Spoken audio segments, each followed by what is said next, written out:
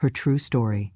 From Tennessee, my son-in-law threw coffee at me and said, "You eat, but don't help," and slammed my plate down, so I sold the house while they slept. They said I took up space. I took the land instead. "You eat, but don't help," he barked, turning to me, his face red. "You just sit here like you're the queen of this house, and you sure as hell aren't entitled to live here like a damn freeloader." It was supposed to be a quiet Sunday morning, the kind where the sun filtered lazily through the kitchen blinds and the smell of toast and coffee filled the air. I had gotten up early, as I always did, careful not to wake anyone. My knees creaked and ached with every step, but I had grown used to that. After all, when you're 72 and your hip has been through surgery, pain becomes as familiar as breath. I had made my way to the kitchen, set the table, like I used to when George was still alive, and waited. My daughter Lila came down first, in her robe, yawning and scrolling through her phone. She barely looked up when I said good morning. Then came the kids, Olivia and Ben, 10 and 7. They smiled at me, sweet as always, and sat down to their usual spots. And then he entered, Derek, my son-in-law. 6'2", big-shouldered, with a look that could slice granite. He did not speak at first, just poured himself a cup of coffee, then grabbed a plate of eggs Leela had fried. He sat down heavily at the head of the table and began eating without a word. I sat in the far corner, like I always did now, at the edge of the table. My plate had one slice of toast and a bit of scrambled egg. I didn't want to be a burden. I never asked for anything more. I smiled. I always tried to smile.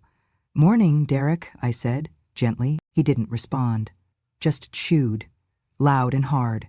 The silence thickened. Lila pretended not to notice. The kids whispered something to each other about a video game.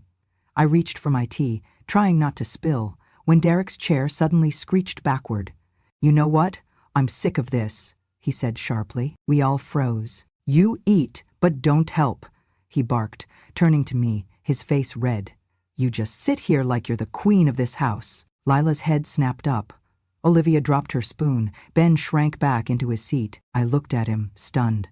I try to help, Derek. My hip is still healing," the doctor said. He laughed, a cruel, joyless sound. "Your hip? You have been here for 6 months, doing nothing but taking up space, using our water, our electricity, eating our food." "Derek, please," Lila said under her breath, eyes wide. "Not now." But he wasn't finished.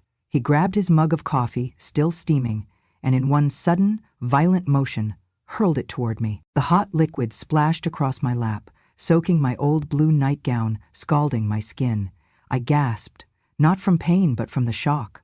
The mug clattered to the floor and rolled under the counter. I looked down at the brown stain spreading over the fabric, my hands shaking.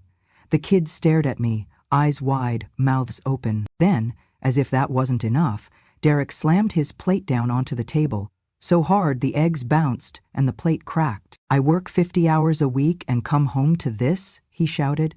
"A house full of people, eating and lounging while I pay for everything?" I sat frozen, the burn on my thigh throbbing. No one moved.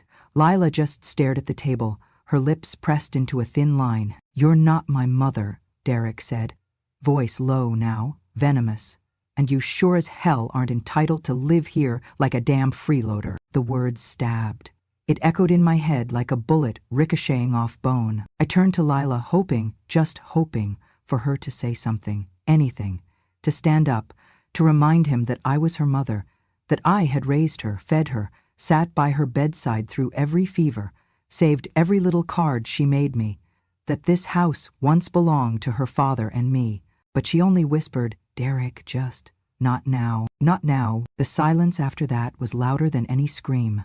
Olivia reached for a napkin and slowly offered it to me. I took it with trembling hands, wiping my dress, feeling the burn and the shame and the disbelief rise up my throat.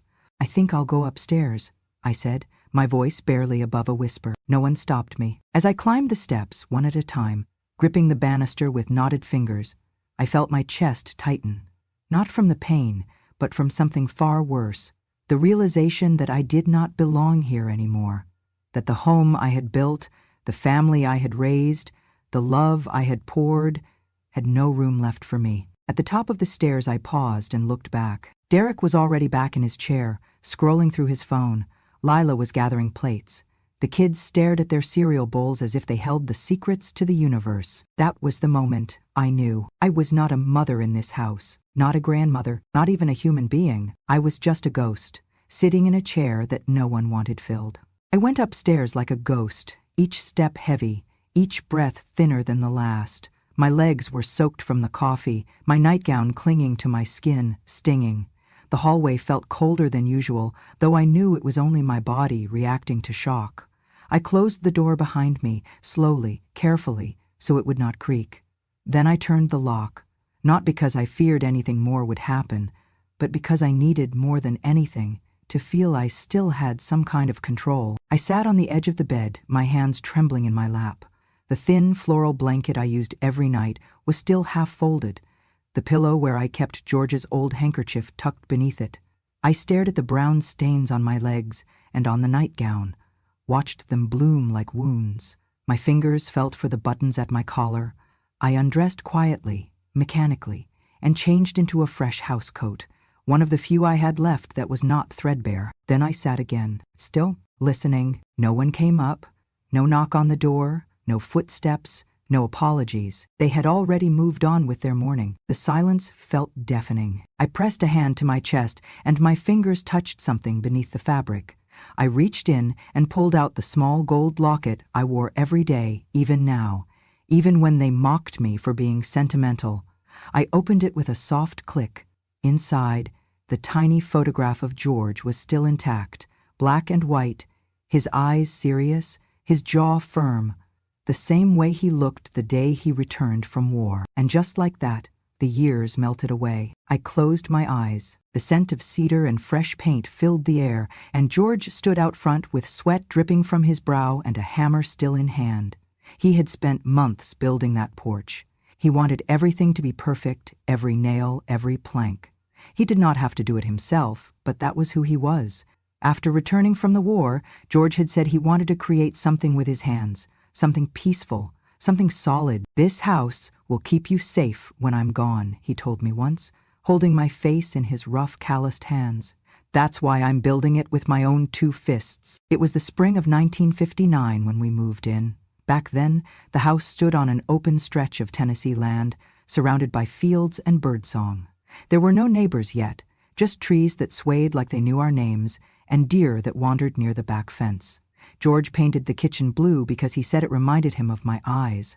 I cooked our first meal there, with flour still on my sleeves from baking cornbread. We laughed like fools, danced to a scratchy radio song in the living room even before the floor was sealed. And oh, how that house held us. Through everything, 3 children, 1 miscarriage, storms that battered the roof, winters where we kept warm by piling quilt high and sitting together in silence. The night our youngest, Lila, was born, George nearly broke every traffic law in the county just to get me to the hospital. And when he held her in his arms, his whole face softened, like every hard edge from the war had finally dissolved into something gentle. He was not a perfect man, but he loved us with a loyalty that never once cracked. Even in his final days, when the cancer had taken most of his strength, George insisted I wheel him out to the porch so he could watch the sunrise. That porch he built, that land he worked, that house he never stopped seeing as ours. The last thing he said to me in a clear voice, 2 days before he passed, was something I had never forgotten. "If they love you, they'll honor this house. They'll see what it means to you. If they don't, Mabel, don't sign anything. Not a damn thing. This house was built with love. Do not let them turn it into something ugly." He had looked me square in the eye. "Promise me," and I did. My fingers tightened around the locket. I had kept that promise. The papers they had asked me to sign, Lila and Derek. Right after George's funeral, I had smiled and said I would think about it. They brought them twice more. Lila with guilt in her eyes, Derek with irritation in his. But I never did sign.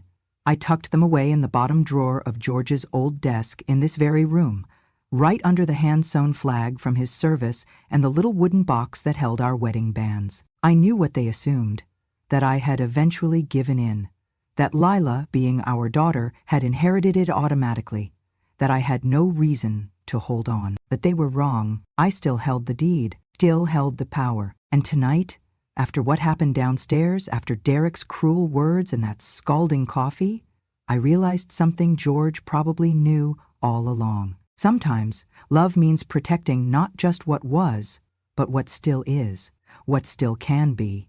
I stood up slowly, walked across the room to the old desk, opened the drawer, and took out the file folder.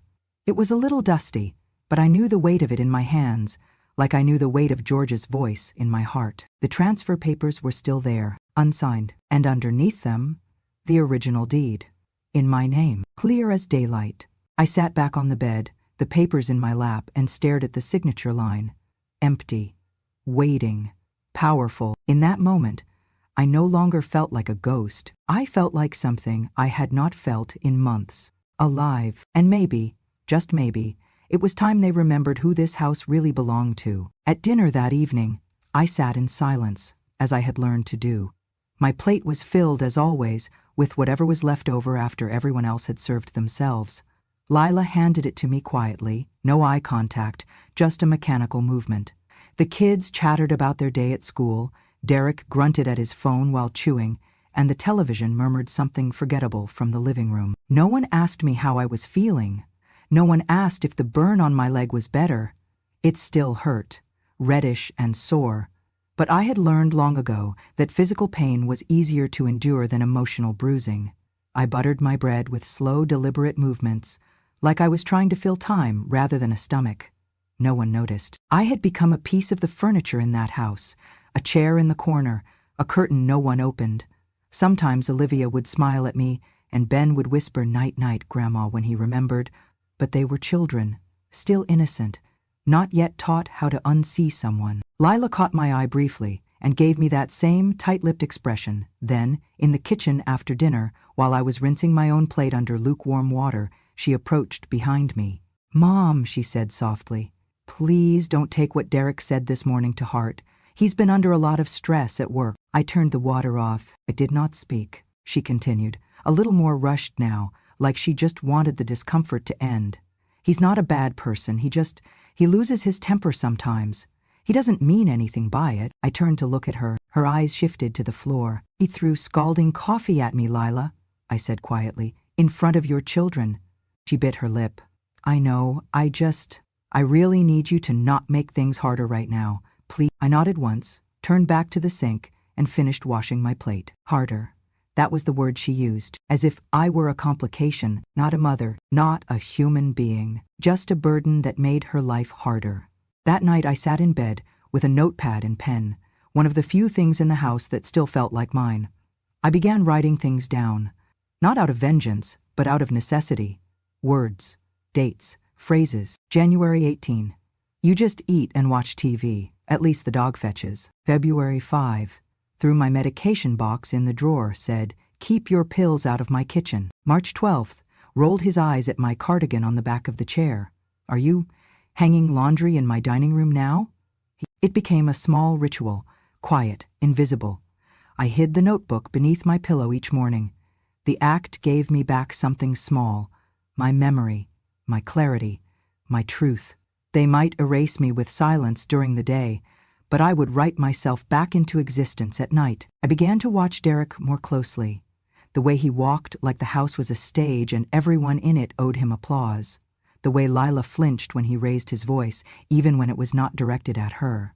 The way he tossed his work boots into the hallway every evening, like the floor should be grateful to receive them. The colder Lila became, the more I felt her drifting, not just from me, but from herself.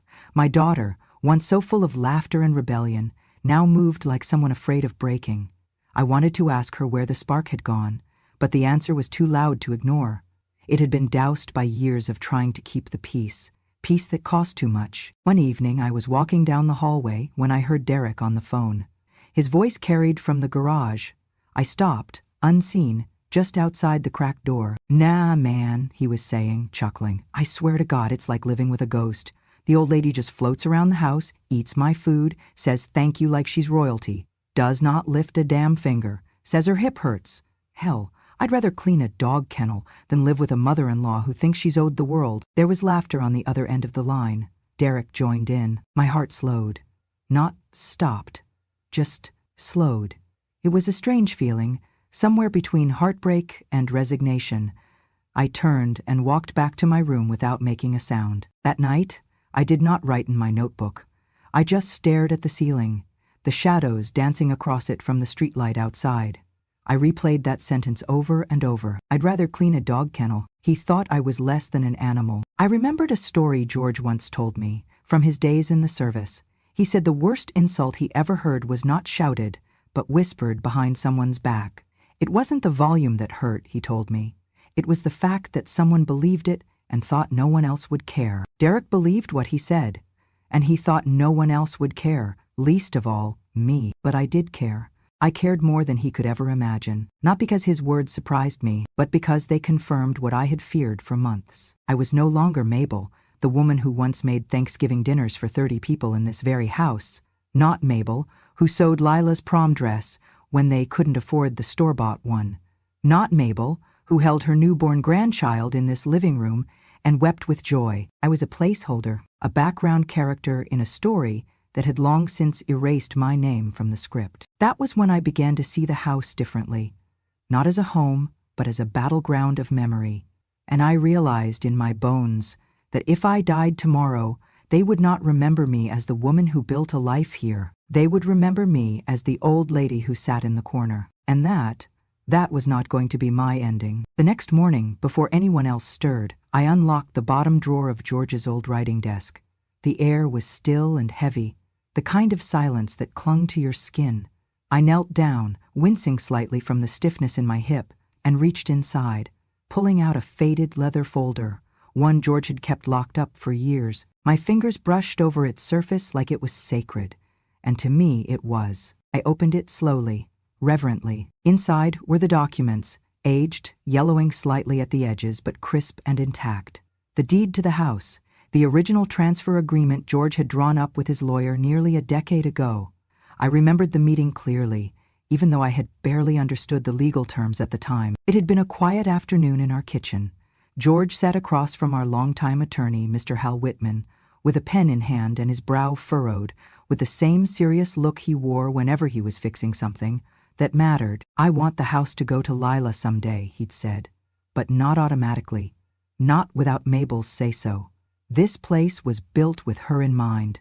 No one deserves it more than her, and if someone ever treats her like she's less than family, I want her to be able to say, 'This is mine, and you don't belong here.'" I remembered the way George looked at me when he said that, not with sentiment, but with clarity, as though he knew, somehow, that a day might come when I would need that power. Mr. Whitman nodded and drafted the clause. The property would be willed to Lila in name, but the transfer of full ownership required one final signature, mine.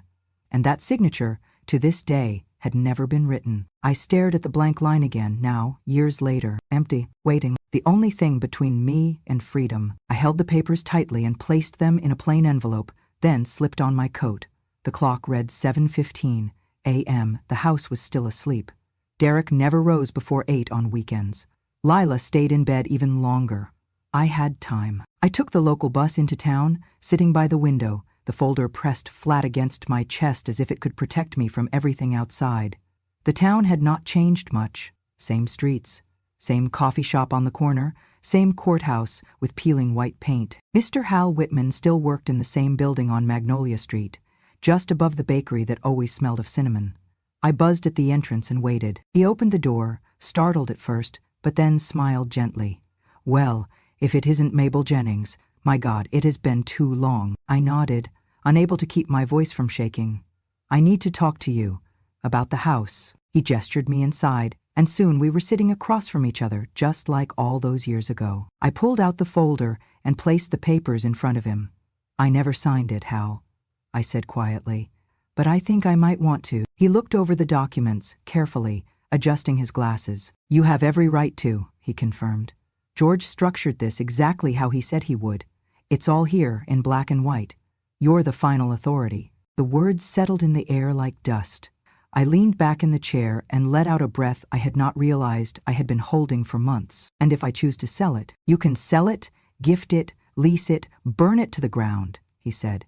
"It's legally yours to decide." That made me smile, faintly. Burn it to the ground. The image was tempting. He hesitated for a moment. You thinking about leaving? I'm thinking about surviving, I said. He nodded, understanding in his eyes. We talked a while longer, discussing logistics. He said he could help manage the process quietly if that was what I needed. I told him it was exactly what I needed. Quiet, but final. When I stepped out of his office, the sky had brightened, and I felt strangely taller, like the air around me had shifted. I walked for a bit through the small downtown, past storefronts and flower beds, past children holding their parents' hands, and then I found myself pausing at a public bulletin board nailed to the side of the post office. Among the flyers for guitar lessons and lost cats was a printed notice in bold green letters, calling landowners, local conservation trust, seeking rural properties to develop nature reserve. Preserve Tennessee's natural heritage. Let your land become a legacy. A phone number was listed below. I stared at it. Then I read it again, and again. A slow, undeniable idea began to form. I thought about the land behind our house, the wide open space, the trees that still remembered George's hands, the field where Lila used to run through wildflowers. I remembered how George would say, "This place is peace. I want it to stay peaceful long after we're gone." Maybe. It still could be. I pulled the flyer down and folded it into my coat pocket. When I got home, I went straight to my room and pulled out a local map from George's old filing cabinet. I spread it out over the bed and ran my finger over the lines that bordered our land. 22 acres, undeveloped, still zoned as private residential. Exactly the kind of land a conservation group might want. Exactly the kind of land they were searching for. I sat back and stared at the map, the realization settling over me like the first cool breeze after a brutal summer. If I sold this house, not to Lila, not to Derek, not to any of the neighbors, but to someone who would protect it, preserve it, keep it out of their hands forever, that would be the justice George would have wanted, and the revenge I had never allowed myself to consider until now. I folded the map carefully, placed it next to the flyer, and sat in the silence of my room, hearing the echoes of Derek's laughter from downstairs and Lila's voice calling the kids to come clean up. They thought I was a shadow, but they had no idea. The light was about to shift, and when it did, they would see me clearly, for the first time in years. I waited until late Monday morning, when I knew the house would be empty. Derek had gone to work early, grumbling about traffic like always, and Lila had taken the kids to their piano and karate classes. The only sounds were the distant hum of the fridge and the ticking clock above the kitchen window. I sat down at George's old desk, with the flyer laid out beside me, and dialed the number listed at the bottom. The phone rang twice. "Thank you for calling the Tennessee Land and Conservation Trust. How may I help you?" A bright, polite voice answered. I cleared my throat. "Yes, good morning. I saw your flyer downtown. About the land purchase." "Yes, ma'am. We're currently reviewing several properties for our reserve project. May I ask your name?" I hesitated just a beat. Actually, I'd prefer not to give my full name over the phone. Not yet. I'm in a delicate situation. A pause. Then warmth returned. "Of course, ma'am. We understand privacy. Would you like to schedule a discreet assessment?" "Yes. I'd like someone to come take a look, quietly. I don't want anyone in the household to know. Is that possible?" "Certainly. We've done off-record evaluations before. What's the property address?" I gave it, slowly and clearly. My heart was pounding by the end of the call. They scheduled a private visit for Thursday afternoon. When I hung up, I stared at the phone for a long moment, then tucked it back in the drawer. A strange calmness came over me, like the kind you feel before a storm, when everything goes eerily still. That Thursday, at precisely 2:30, a beige SUV pulled up to the edge of the property. 2 individuals stepped out, a woman in her 30s wearing a utility vest with a Trust's logo, and a man carrying a clipboard. I met them at the back gate, wearing a wide-brimmed hat and old gardening gloves. I had dressed purposefully in plain clothes, and greeted them with a slight southern accent I hadn't used in years. "Y'all the folks from the Trust?" I asked. The woman smiled. "We are. We're here to evaluate the land." "Well, the owners ain't home," I said, nodding toward the house. "I'm just the caretaker. Been tending to this place since the old man passed. You'll have to be quiet." They exchanged a glance, then nodded in understanding. I led them around the property, pointing out the boundaries, the tree line, the small creek that still ran clean through the southern edge of the pasture. They took photos, marked notes, murmured to each other. They asked about soil quality, wildlife sightings, zoning restrictions. I answered everything. I had lived on this land for over 40 years. I knew it better than I knew the back of my own hands. Before they left, the woman turned to me and said, "We'd be very interested.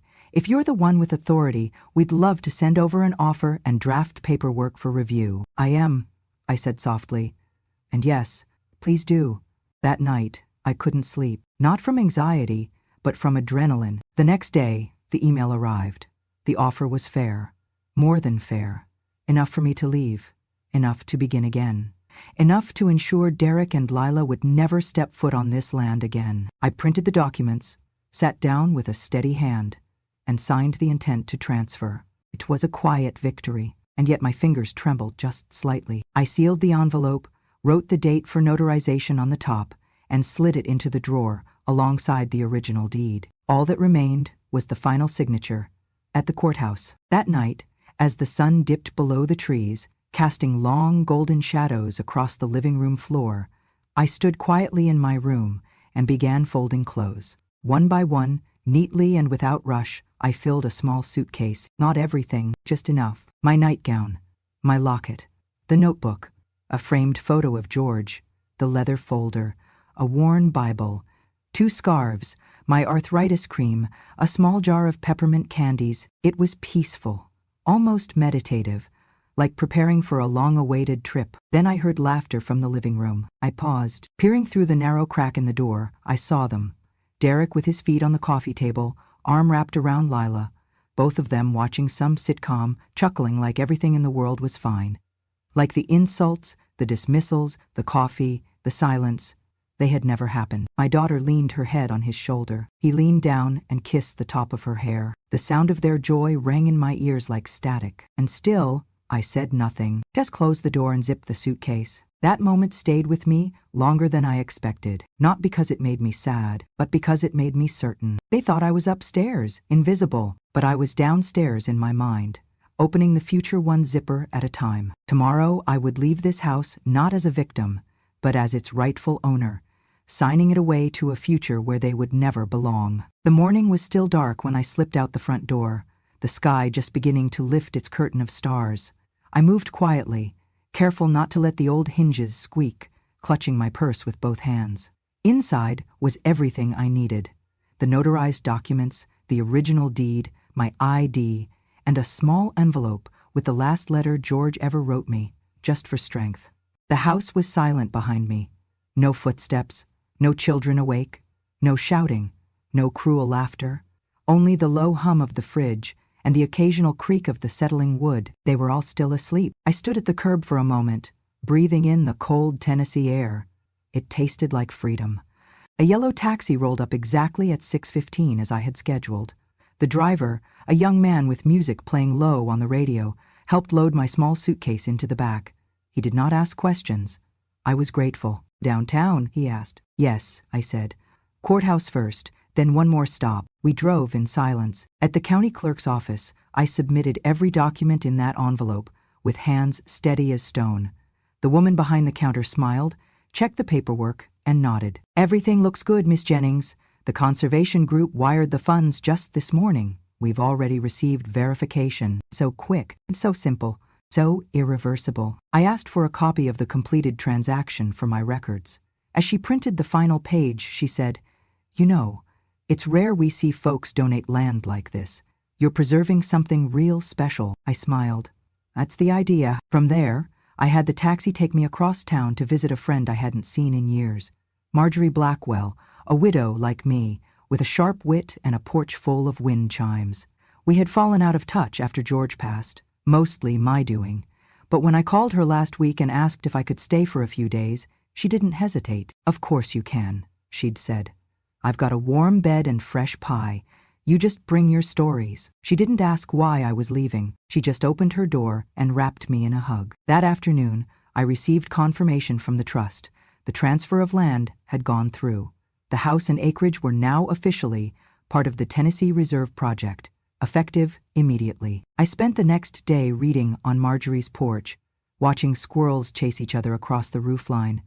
There was no bitterness in my heart, just stillness, the kind that comes after a storm you've survived and finally stepped out from under. But back at the house, my former house, things were not so calm. At precisely 10:07 a.m. the next morning, Derek answered the door to find two uniformed county officers and a legal representative from the Conservation Trust standing on the porch. "Is this the residence of Derek and Lila Sanders?" the officer asked. Derek blinked.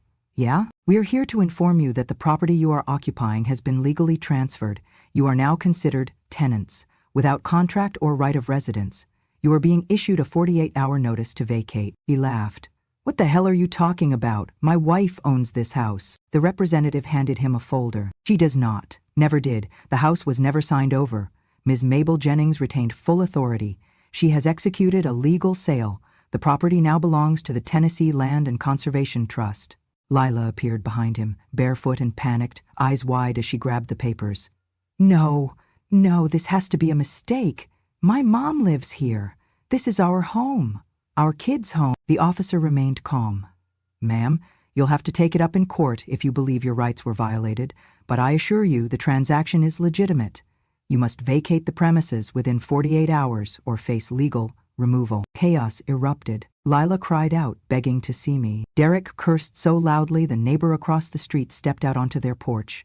Olivia and Ben stood behind their mother, silent, clinging to each other. Then came the moment I had prepared for. I arrived 15 minutes later, walking down the gravel path toward the house in a simple navy coat, holding the legal agreement in my hand like a folded flag. The officer turned. "Mrs. Jennings?" I nodded. Lila spotted me first. "Mom!" She ran toward me, tears streaking her face.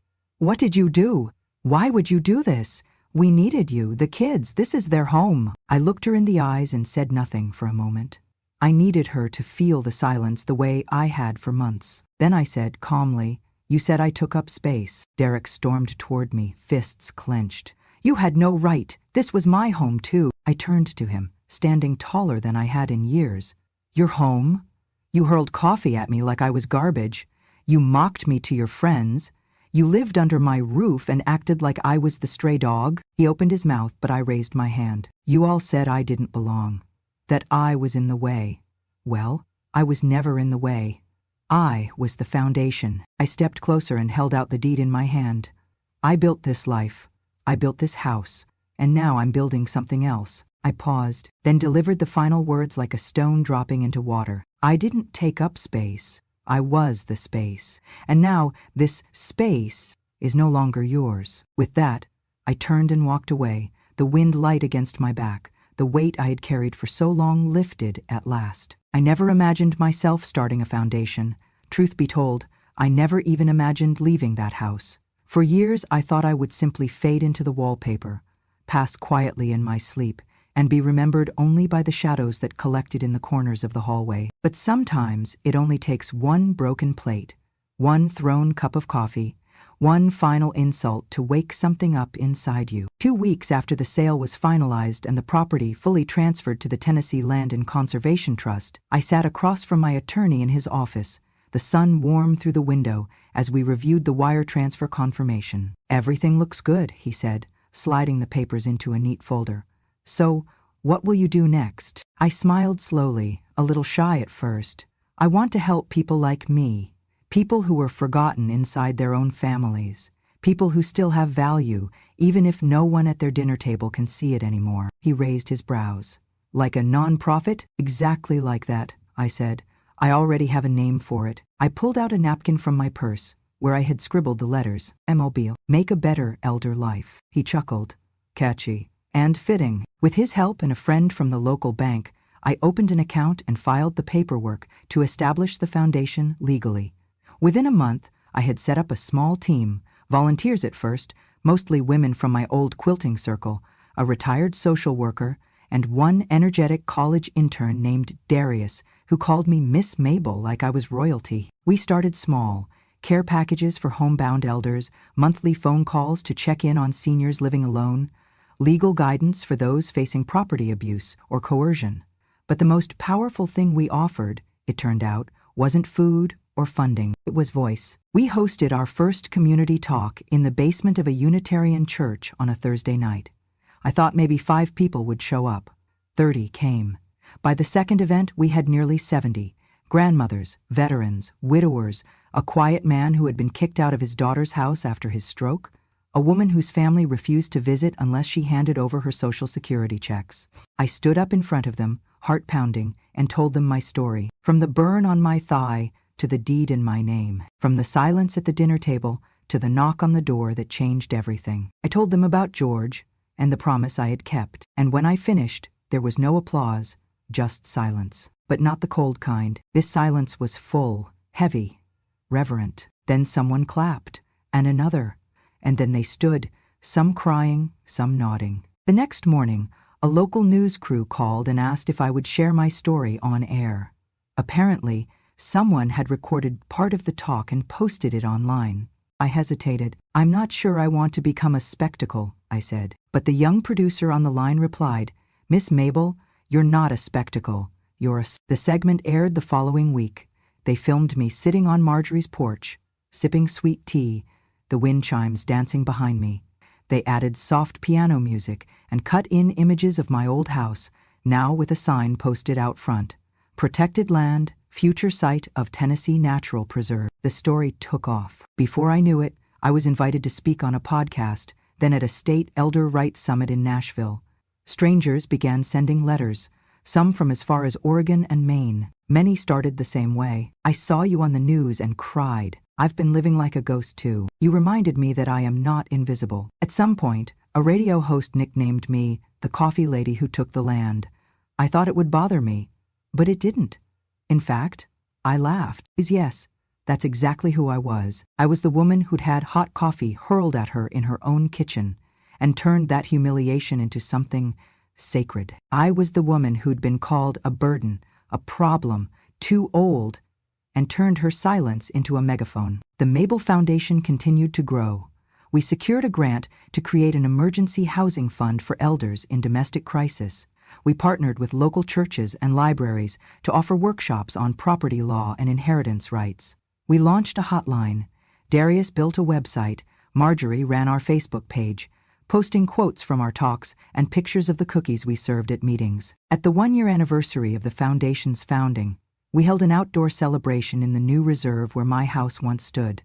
The trees stood tall, the wind was cool, the land was quiet, and under a large oak tree, a brass plaque had been installed. It read, "In honor of Mabel Jennings. She took up space and gave it back, a guardian of dignity." I stood in front of that plaque, tears in my eyes, surrounded by people, many of them older, many of them forgotten by their own, but standing tall, holding hands, smiling. I felt George then, not just in memory, in presence, like he was leaning just over my shoulder, whispering, "Told you not to sign anything." That night, back at Marjorie's, I looked into the mirror and hardly recognized myself.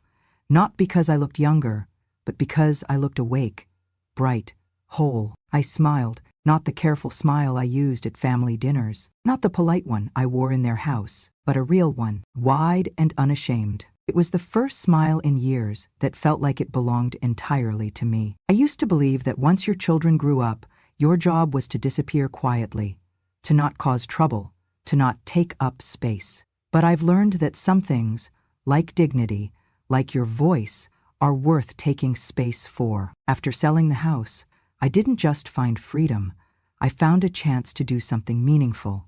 So I founded the Mabel Foundation, Make a Better Elder Life.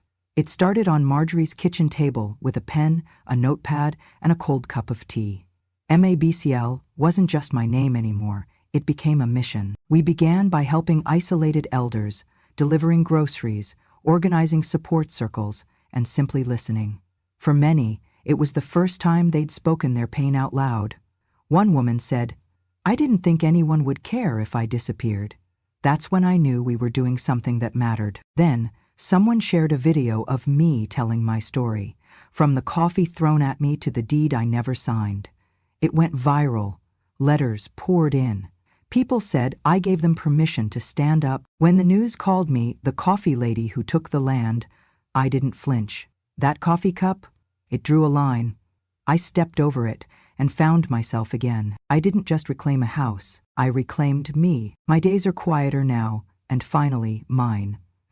I live in a small white house with green shutters on the edge of a forest, where the mornings begin with tea and bird song, and the evenings end with golden lamplight and the rustle of pine trees.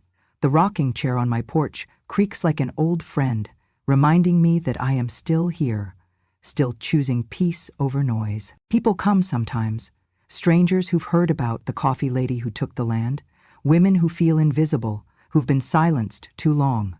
They come with stories. I listen. I offer tea, and if they ask for advice, I give only what I know. That silence is not love, and forgiveness is not permission to return to harm. Last month, a letter came from my daughter. She said sorry. She said she left him. I read her words, folded them gently, and placed the letter in my drawer. I forgave her, but I didn't write back. Some doors don't need reopening to heal. Each night, I whisper to George's photo. I didn't sign it, and I didn't become a shadow. Then I sleep, light as air, dreaming only of trees and the quiet I've finally earned. If you've made it to the end of this story, thank you. Thank you for listening, not just to a tale, but to a journey of dignity, resilience, and quiet strength. Mabel's story wasn't just about a deed that was never signed. It was about people like her, elders who were once seen as a burden, but in truth are the roots holding entire families together. In the end, she didn't just take back a house, she reclaimed her voice, her worth, and her power to choose peace over silence. If you believe that older people deserve to be heard, respected, and remembered, subscribe to Grandma True Stories today. Here we share deeply emotional and powerful true stories each week about grandmothers, mothers, and those who were once forgotten, but found their strength when no one expected it. Click subscribe and turn on the bell so you never miss a story that just might change how you see the world. Grandma True Stories, because truth has no expiration date and courage is never too late.